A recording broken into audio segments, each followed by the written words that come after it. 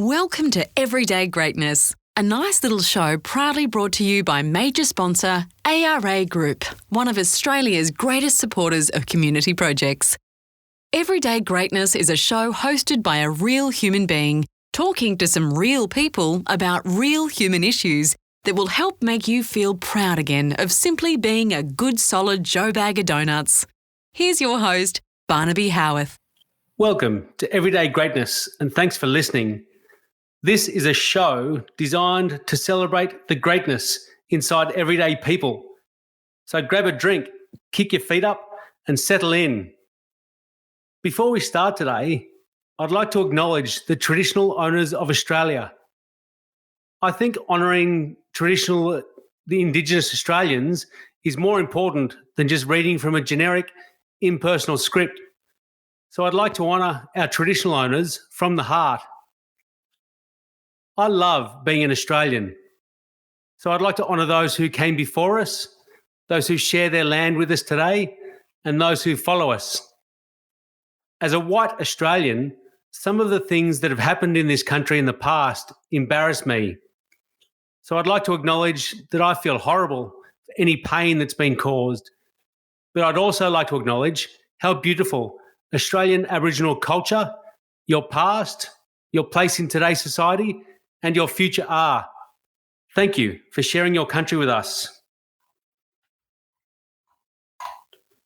One of the nicest things you can say about a group of good people who will have your back if you fall is that they feel like family.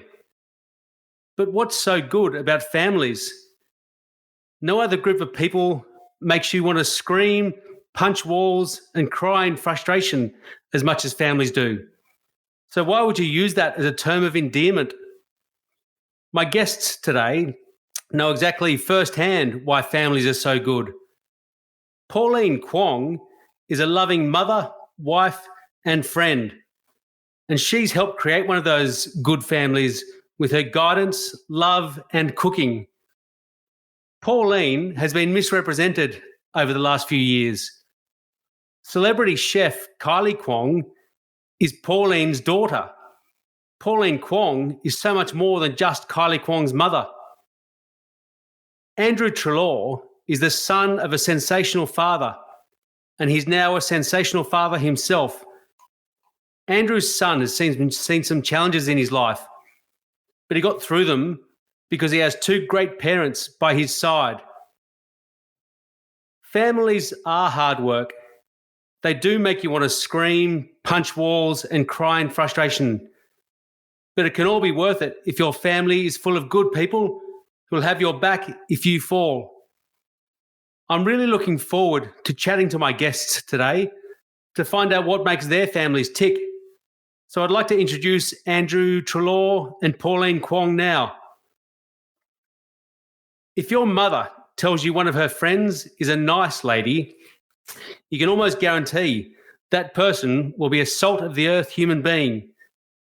And that's exactly how it is with my mother's friend, Pauline Kwong. Pauline has an incredible story, a beautiful family, and a lot of pearls of wisdom that have been building up even more so during lockdown.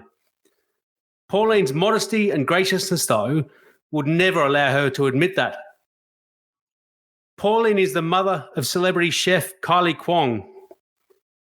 A lot of mothers would demand people say that Kylie Kwong is the daughter of Pauline Kwong.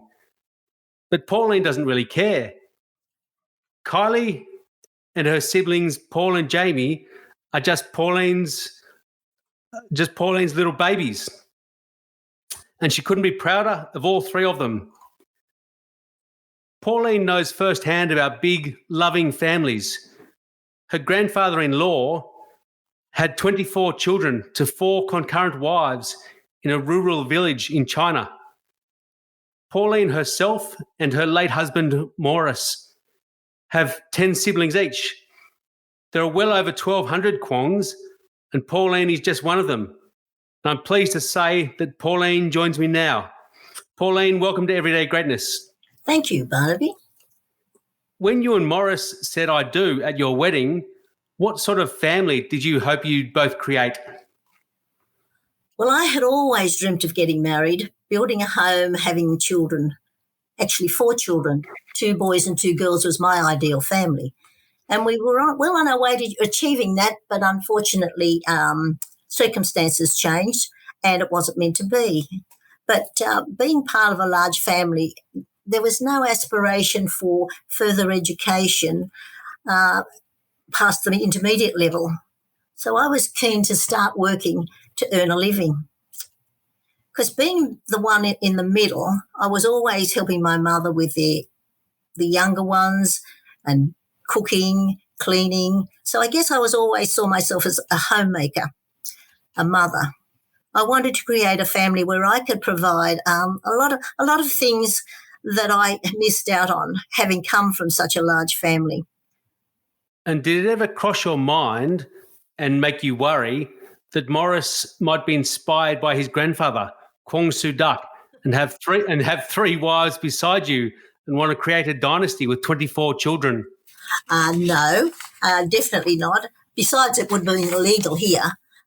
Maury was always such an active person, lots of friends and social life and regular tennis and golf sessions. So he was fully engaged, working full-time, but really I don't think he would have had the time or the energy to engage another 3 wives and 21 or more children, to be honest.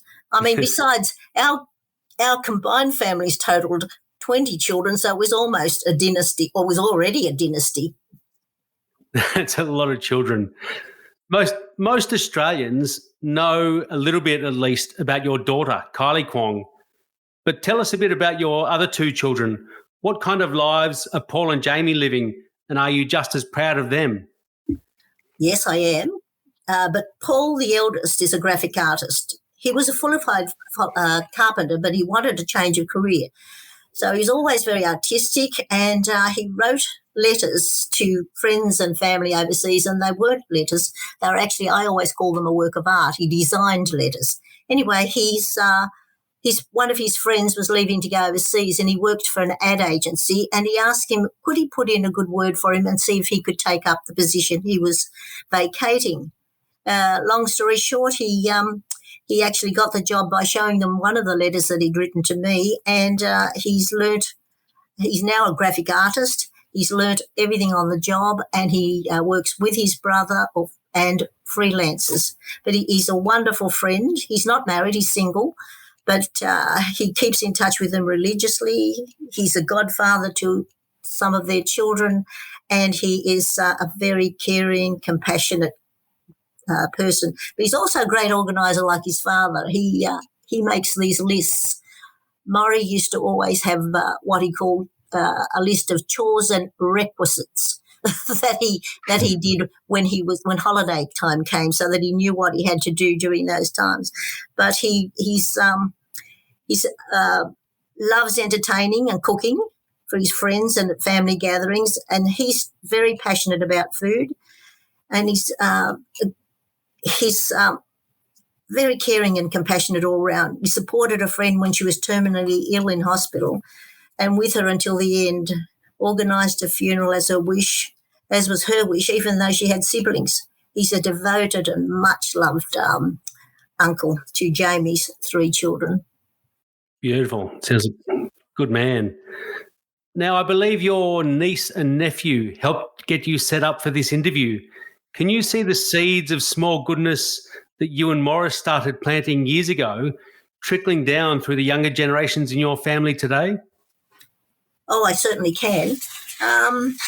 You didn't let me tell you about Jamie, Barnaby. I don't know. I'm sorry, that's rude of me. Carry on. It is, isn't it? Well, he did very well at art, English and woodwork at school, but he always saw himself as a career in advertising. He started off in the mailroom at an advertising agency and worked his way up to account services. But anyway, he actually went to London and New York, where he guest lectured on the art of creative concepting at the New York School of Visual Arts, the Miami Ad School. And after September 1 attacks, which he actually experienced firsthand, he was just living 2 blocks from the towers in a high-rise building and witnessed the horrific second plane crash into the towers. So he returned to Sydney, opened his own agency, building purpose-driven brands, which have been running for 20 years. Jamie's been invited to present his methodology at conferences around Australia, and a recent paper he wrote on the conscious economy has been published. He does pro bono work for social change organisations and a youth mental health charity. He also sits on a number of boards and is a shareholder and brand advisor in 3 new startups. He and wife Ingrid also built a boutique eco-retreat in Pittwater, Sydney, and are building another one in a property in Tasmania. So, I am extremely proud of all my children, not just for their individual achievements, but for the decent, hardworking, caring and respectable human beings they are now. Maury would be too, and he would never, well, he was still with us, he would never be too shy about posting of their achievements. And very well, you should be proud. And I must apologise, Pauline, for jumping in and cutting you off before talking about Jamie. I had thought, oh, that's interesting. She didn't mention Jamie. Anyway, let's move on. You've covered all your kids now? I've covered all my children. Righto. Let's get on to the younger generation in your family. Can you see the seeds of small goodness that you and Maury started planting in the younger generation in your family today? Oh, I experienced almost every day. I only have to reach out to any of the younger generations in our family, and they're always willing to help, be it emotionally, physically, or technically. They always display a great deal of patience and compassion, which we need at our age. And I know that I can always rely on them for their unfailing support. And do those kids in your family come to you for advice that they can't ask their parents about? Yes, occasionally, and hopefully my advice is helpful. I mean, I've been told that I'm a good listener and just try not to judge them in any way. Perhaps this is why they feel comfortable about opening up to me to seek my counsel. As we know, often people do feel more comfortable, can't even speak now, confiding in people outside of their own family nest. So this isn't, sorry to interrupt again, this is becoming a habit. This isn't an interview about Kylie Kwong, but a beautiful story from your family was of Morris's reaction when Kylie told him she was gay and his inability to accept it, then having a huge change of heart a couple of nights later. Can you tell us what happened that week in your household? Oh, it seems so long ago, but I remember it clearly. When Kylie told us that she was gay, Maury and I were both shocked. Coming out at over 35 years ago, it was a lot harder then than it is now. Morris's reaction was anger, and he even told her that she should leave home. Unfortunately, Morris tended to lash out before thinking when he was upset. Of course, I was just sad and I was just as shocked. I felt a sadness. For all that time I had envisaged that I would be watching her fall in love, plan a wedding, have children of her own. There were lots of tears shared, and later that evening, Maury and I lay in bed and I said to him, Kylie's still the same beautiful daughter, and she has always been, she's always been respectful. And I said, her sexual preference doesn't change that. As Kylie herself expressed, it's not an easy path to choose, and I admired her for her honesty. We'd always vowed that when our children got into trouble, fell down, we'd be there to pick them up and dust them off and set them back on the path. And,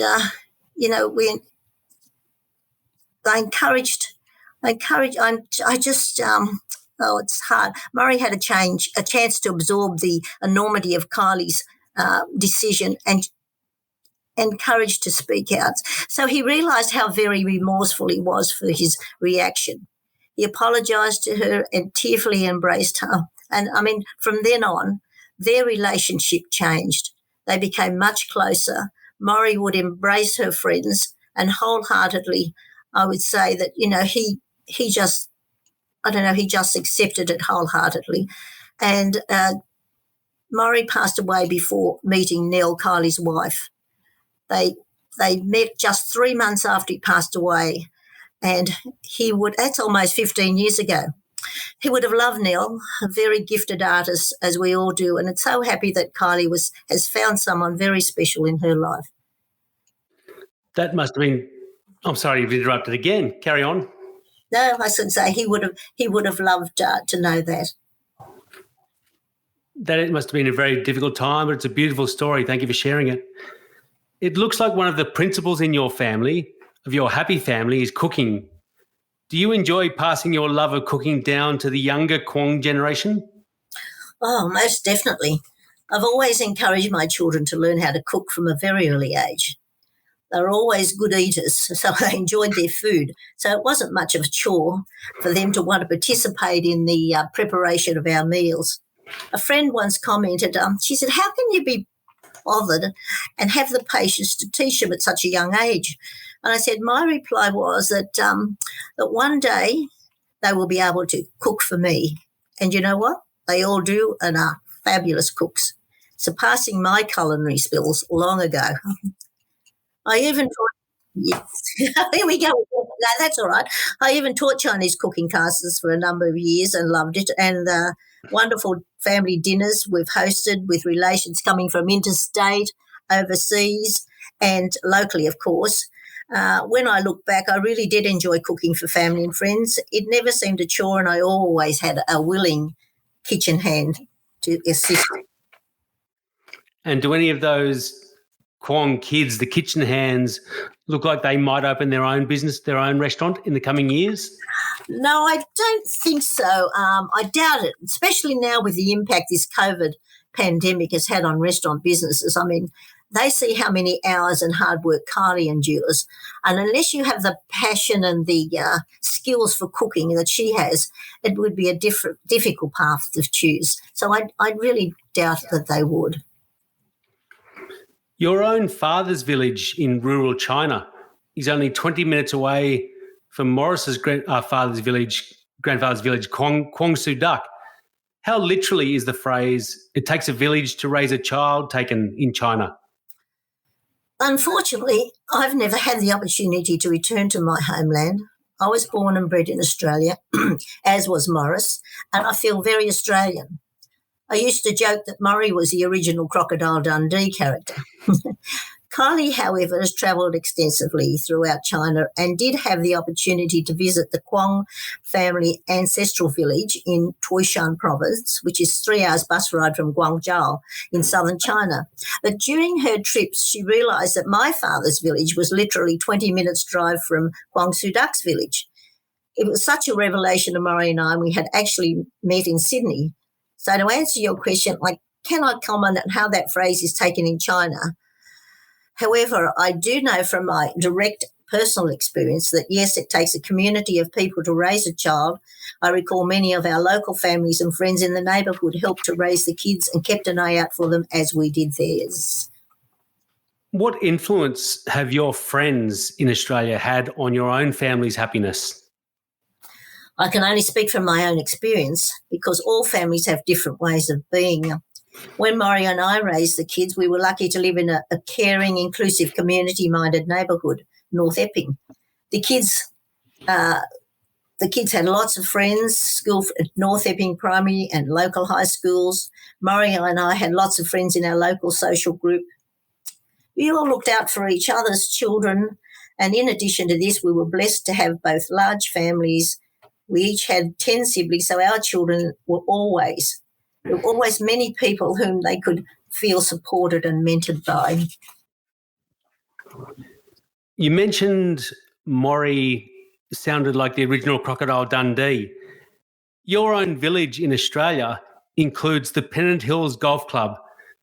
Allegedly, when Maury used to walk into the club, he'd shout, "How's it going?"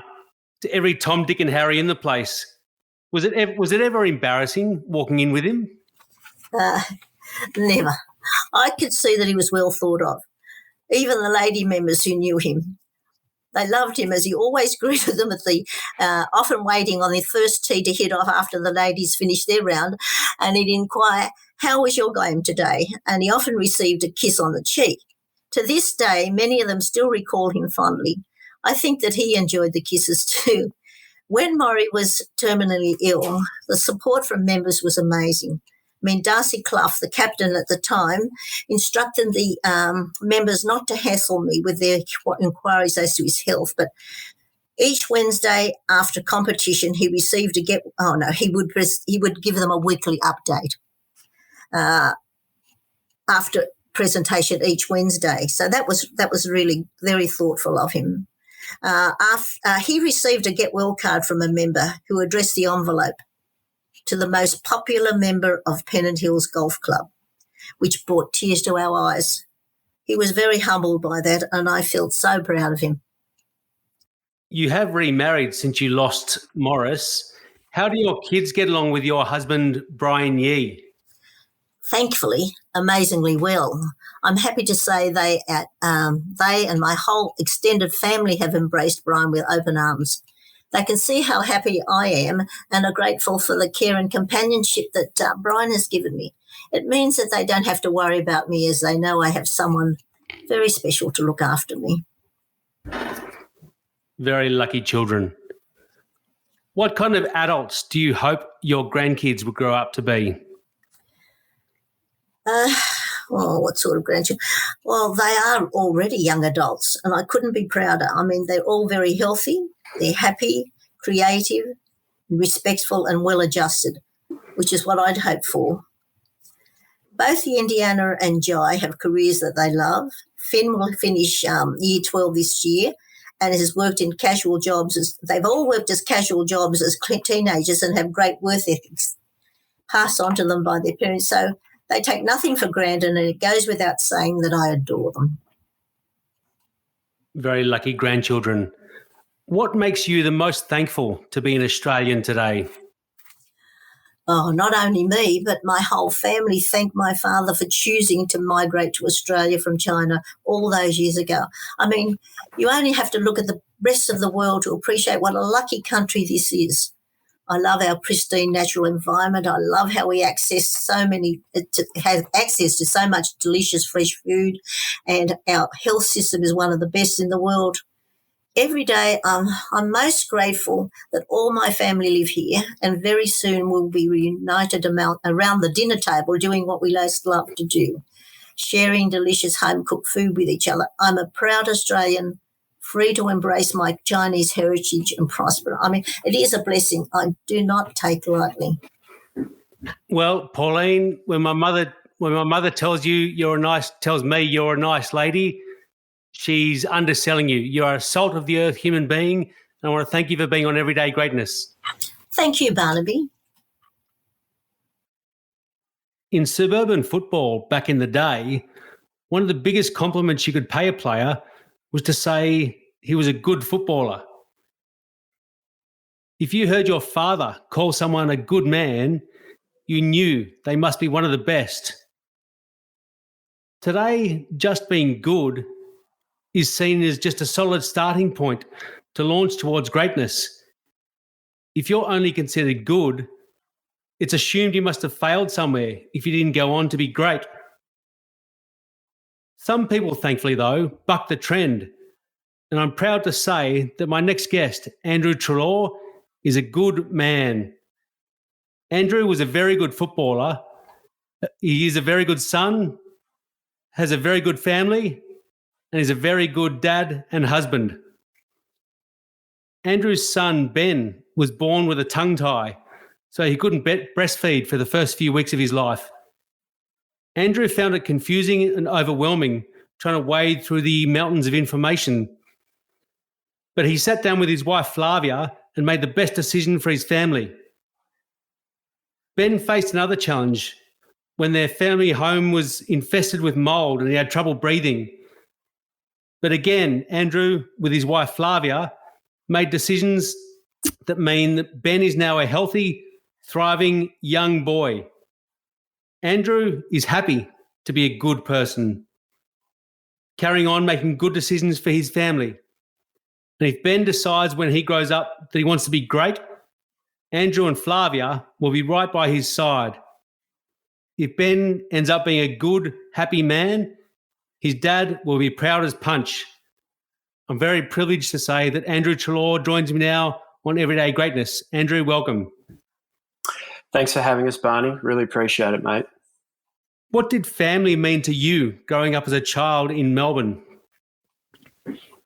Look, for me, Barn, growing up in Melbourne with my family, I grew up without any siblings. I had a half-sister who lived on the other side of the world in America, so I didn't have a lot to do with her. So I grew up with a really small family with no first cousins. And so I guess for me, as an only child, I was lucky enough to have a really strong connection with both my parents.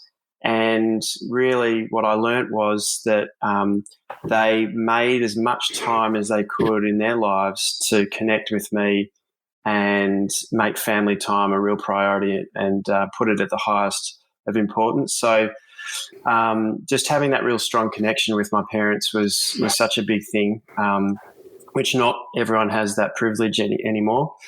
And I suppose my mother and father also, as a result of having a small family, wanted to actually create an environment for me and for us where we had a lot of people around all the time to make up for that small, close family that we had. So we had lots of people around for dinners all the time, even during the week, and we would involve and create a community within our own home. So it was a home that was welcoming and warm and fun and very hospitable, where people wanted to be, where people wanted to go to, and if they needed help or were in need, it was a place where people could have refuge and feel supported. And what does family mean to you now that you're trying to put bread on the table for your own family? Look, for me, mate, it's about the connection you have with those closest to you and making sure that it's a strong bond, it's a strong connection, and that it's a place that you can hold space for those people closest and dearest to you, where they can truly be themselves. They can let all their feelings and emotions be expressed in that safe environment. So then when they go out to the world, they're better equipped to then handle and deal with their environment because they feel safe and secure within as a starting point. So that's what it means to me, as well as being considerate to others. So being considerate of each other and putting others, of equal importance to yourself. Your modesty and humility might not let you admit this, but you were a very good footballer back in the day. Playing football in the Victorian Football League, are you still great mates with people you used to play footy with? And how important has it been having good people around you to lean on since you've retired from football? Look, it's a great question, Barn. I just a few weeks ago, I went to a men's group, which seems to be something that's popping up more and more often around the place, where guys get together and they support one another. And I was having a chat to a Brazilian guy in that group, and I was saying, to me, what the energy that I feel here in this group is that I used to experience and feel when I used to play football with all my close mates from then. And, I still, some of my closest mates in the world are those that I played football with, 15, 20 years ago. And it's quite a unique relationship that you have, having shared those unique experiences out on the field and develop that trust within and for each other, that you then hold on to going further forward in life. And those bonds are always there. And it's a strong camaraderie. I hold it really dear to my heart, having those friendships. Sorry to interrupt. I'm just on fire with interrupting this episode. Have any of those mates said or done one singular thing that's inspired a huge life-changing direction you've taken in your life? Or have they just been good mates who give you confidence in life just because they'll be there for you if you need them? I think both, Barn. That last point you made, they have been supremely supportive and continue to be and connected. But, there's a few of them that have done certain things that have been inspirational. And without embarrassing you, you're one of those people that I used to play football with and that I hold in extremely high regard. And what you're doing with your life, mate, is a true inspiration to myself and to so many others. Seeing you speak up on stage a few years ago here on the Gold Coast, I was in total awe of you, mate. And as certainly when you came to our wedding in Brazil, the connection that you made with all the guests there from Australia, just they were in awe of what you're doing with your life. So not to take the shadow off anything, but or embarrass you, mate, but you're certainly one of those people. I'm going to have to walk out the door sideways in a second. That's very kind of you to say, mate. What lessons are you trying to pass on to your son, Ben, that you've picked up from when you were a kid in Melbourne? Look, I would say just being respectful of others and respecting oneself as well. I guess just having a lot of self-love for yourself and enjoying life and getting the best out of yourself. Very well said. So tell me more about those challenges that Ben faced early in his life when he came to the world. Look, it was a really stressful time for our family. I think it's a challenge enough becoming a new parent and taking on that role. But then when you've got a son who's born with a tongue tie and he can't breastfeed at all, and you're not knowing exactly what's happening, and then trying to identify those problems and try to find a solution really quickly. In the first few weeks of his life, it was a tremendously stressful time. And on top of that, we did have a mold issue in our house, which led to some severe breathing challenges and difficulty for Ben, to the point where he almost stopped breathing one night. And, there were multiple nights for many, many months there where we would wake up in the middle of the night and hear him struggling to breathe, and we'd be running to the hospital, between the hospital and then wondering, should we drive back home? Is it too dangerous to bring him back into our house? So, it was a terrifying time.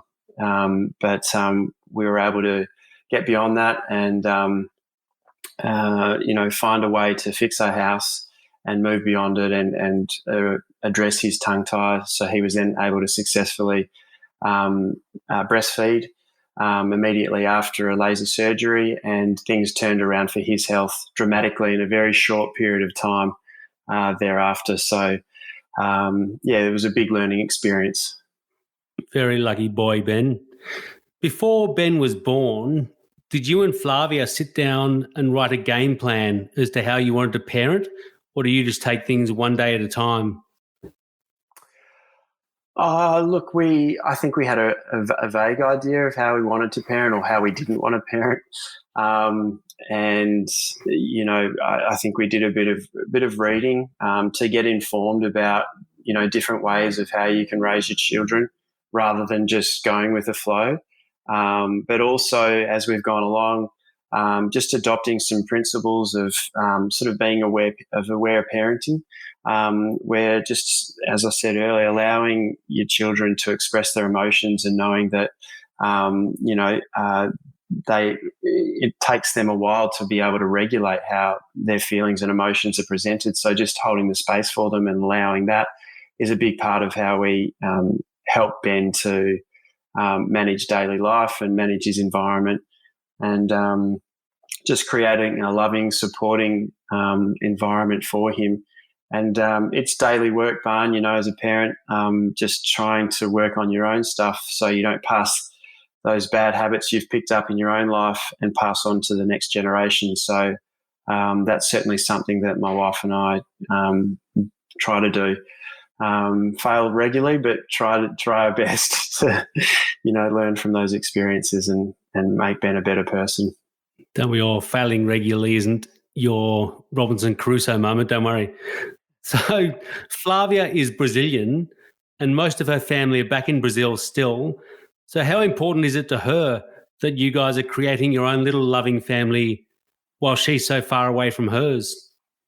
Oh, it's huge, Bun. Even before we had Ben, to be living on the other side of the world from the rest of your family and friends, it's got, presents a lot of challenges, and just trying to be there for her to feel like, you're providing all those roles that are missing from back home is something that, is a constant challenge. And, but also, trying to create community as well for filling that void, and also keeping connected with her Brazilian family as much as we can through online platforms. And I think the rest of the world can fully appreciate that now, even if you've got family that live around the corner or interstate, with what's happened the last 18 months, 24 months, that,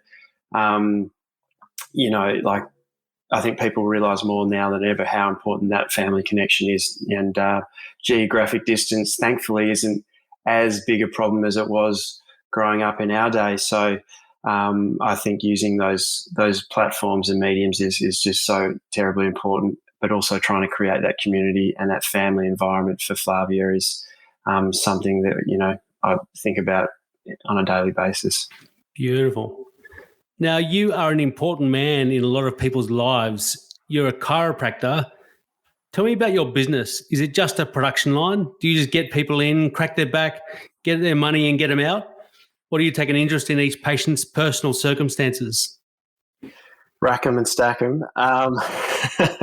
No, mate. It's certainly not the way that I approach things philosophically and practically in the clinic. We take a really caring, tailored approach to our patients, and we really listen and care for the people who come in, because those people who come into our office have normally tried anything and everything else. So you're often the last resort.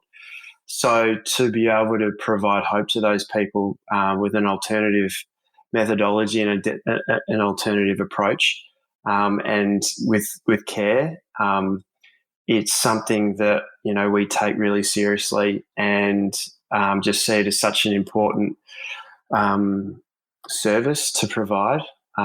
So from my point of view, we're addressing the person as a whole being, and looking at them holistically, looking at them and seeing how they are emotionally, how they are physically, and how they are biochemically. So, we really take a very diverse approach, and look at the person as a whole person, and, really patient-centered care. So, that's kind of how we do it at Essence Chiropractic.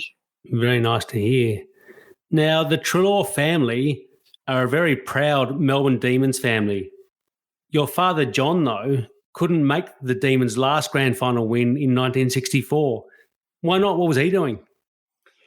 Mate, he was prior to the grand final that year. He embarked upon a world trip to go and live in Canada. So he jumped on a ship in Melbourne or Sydney, and I think it took several months to arrive there. And so he unfortunately missed the last grand final that Melbourne won all those 60 odd years ago, 60 plus years ago. So, and I asked him, mate, how long did it take you to actually find out the result? And he said, it probably would have been 2 or 3 months after the result that I knew that they'd won. So, very different times back then. Certainly didn't have the instant gratification that we all have these days with the internet, etc., and modern day technology. So, quite staggering to believe those stories from the old man.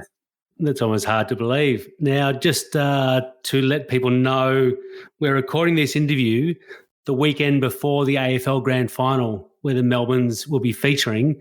So hopefully by the time you hear this podcast, Troll has been celebrating and the Demons are premiers again, since the first time since 1964.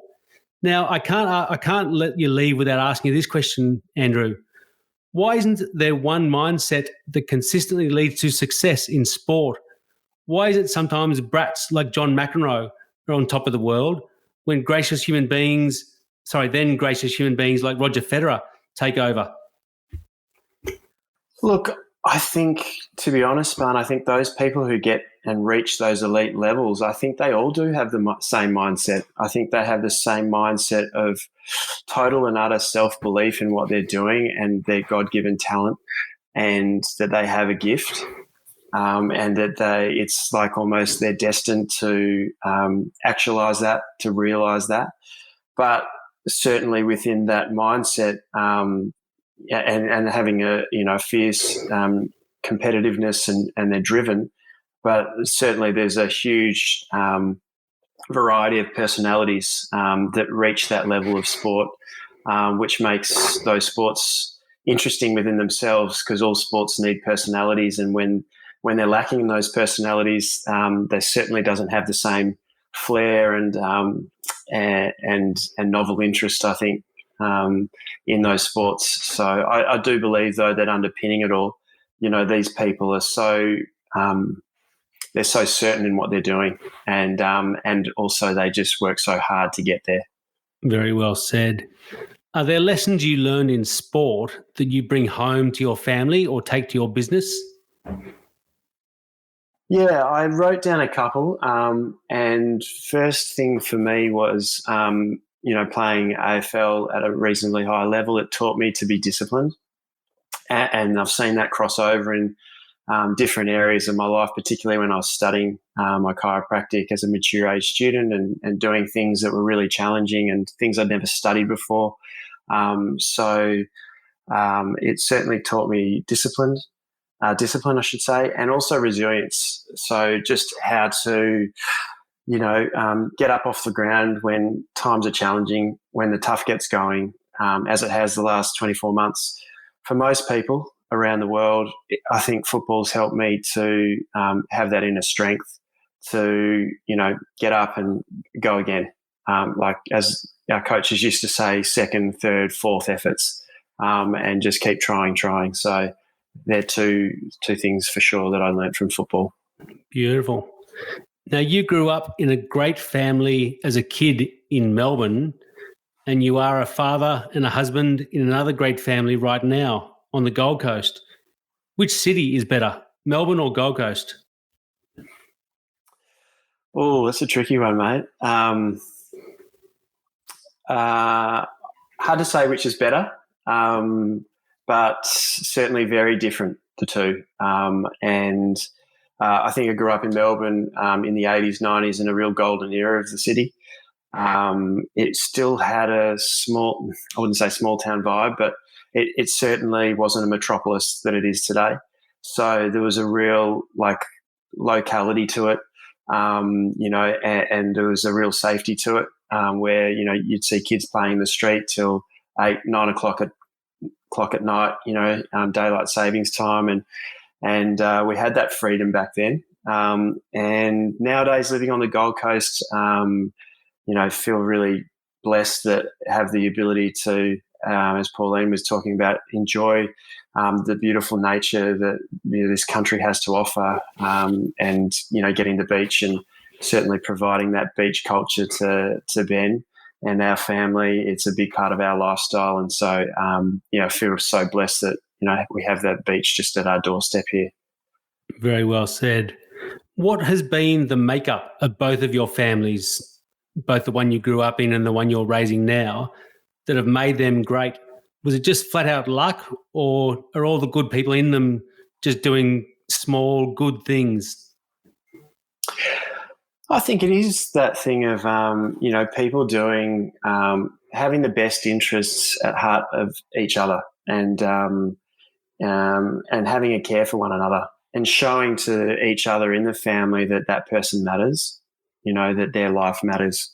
So, and I think as long as you've got that as an underlying theme, as an underlying driving motivation, then I think you create strong families, and maybe there's a bit of luck in it as well. I think as well, no doubt about that. So I feel pretty blessed with the family I was given and that I have now. As well, you should be. And just lastly, Andrew, what sort of man would you like Ben to be when he's 25? A person who loves himself, and from that he can then love other people and feel content and feel whole in himself. So no matter what challenges comes his way, he'll always be able to connect within himself and feel like he has the answers within him, no matter what challenges he's presented with, and he has that inner strength. And just doing what he loves and loving what he does.